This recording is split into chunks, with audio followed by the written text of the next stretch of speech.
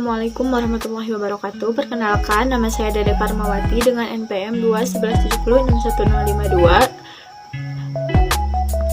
Berasal dari jurusan Biologi dan Prodi Biologi Terapan, Fakultas Matematika dan Ilmu Pengetahuan Alam. Saya di sini akan meresum materi dari perkuliahan Pendidikan Bahasa Indonesia, yaitu tentang sejarah bahasa Indonesia, peran penting Sumpah Pemuda, dan kebijakan politik bahasa Indonesia. Yang pertama, sejarah bahasa Indonesia. Seperti yang telah kita ketahui, bahasa Indonesia tidak hadir begitu saja. Lalu, sejak kapan bahasa Indonesia hadir dan digunakan di Indonesia? Bahasa Indonesia dikenal berawal dari bahasa Melayu dan berkembang dari bahasa Melayu sejak abad ke-7 dan dipergunakan sebagai bahasa perhubung atau language branch. Bahasa Melayu ini digunakan di Kepulauan Nusantara, tidak hanya di Pulau Nusantara, melainkan juga hampir di seluruh Asia Tenggara.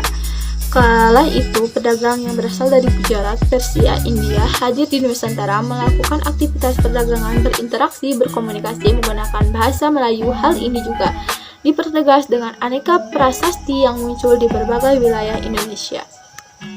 Dan dalam pertumbuhannya dipengaruhi oleh corak budaya daerah, menyerap kosakata dari berbagai bahasa, terutama Sanskerta, Persia, Arab, dan bahasa-bahasa Eropa.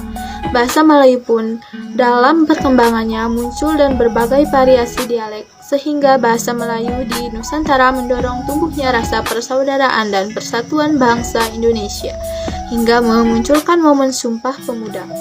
Sumpah Pemuda tujuannya adalah untuk melahirkan cita-cita semua perkumpulan pemuda Indonesia, membicarakan pergerakan pemuda Indonesia, dan memperkuat darah kebangsaan dan mempertegas kesatuan dan persatuan Indonesia. Tentang Sumpah Pemuda dari pemuda-pemudi Indonesia yang mengikrar satu tanah air, satu bangsa, dan satu bahasa, merupakan salah satu peristiwa penting dalam sejarah pergerakan kemerdekaan Indonesia. Ikrar ini menjadi satu tonggak utama bangkitnya semangat para pemuda Indonesia untuk menegaskan cita-cita berdirinya negara Indonesia.